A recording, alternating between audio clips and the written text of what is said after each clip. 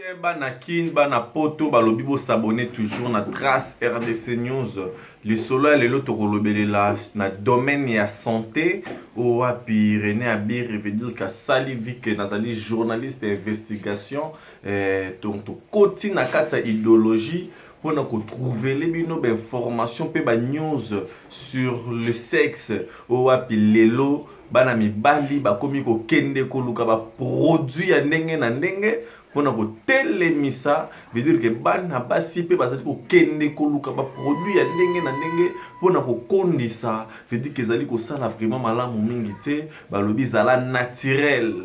balobi zala naturel. Merci beaucoup dans nous premièrement Naya Willy Moucheni le véritable code mondial Moutazo Sala que notre Trace RDC News est fonctionné Cornelia Dossi Givenchy Paola Schengen Kilo Londres Hello Junior elle est tout puissant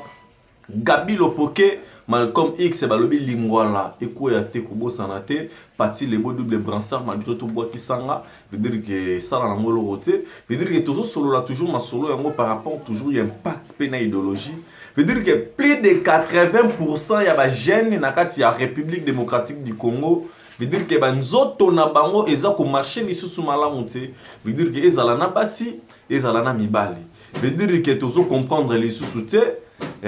phénomène oyo yo balobi pas question de produits pharmaceutiques ou ezali ko pesa ba sensation pe na ba posa enzoto balobi mwana mwasi oza ko kende ko luka biloko bongo ozozwa nde mari de nuit ozozwa nde femme de nuit donc ezo sala vraiment malamu mingi te veut dire que ba jeune garçon bozo landa biso na Trace RDC News partout dans le monde o ba produit bo coco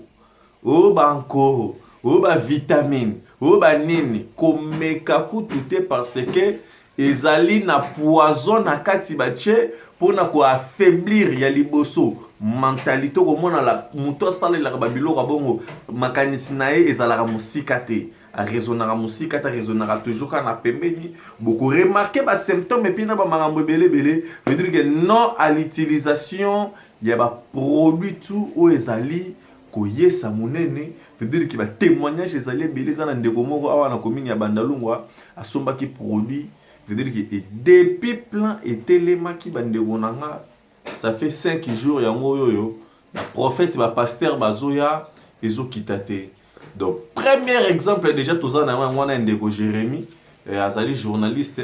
donc ya roloba trop ezali te ba sincère condoléances premièrement na yo grosse molir oazolanda biso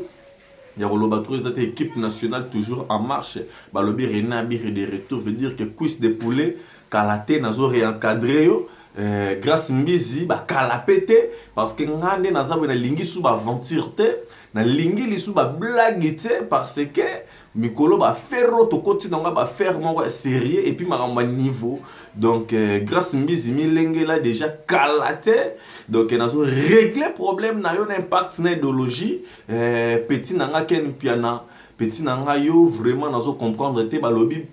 pas d'utilisation ya ba produit toko sale la moté pe toko somba ngote o saleli yango o s'affaiblir vite na mobimba ndeko keba o koya kolela mamae babora ngo ezalaka wapi keba à suivre.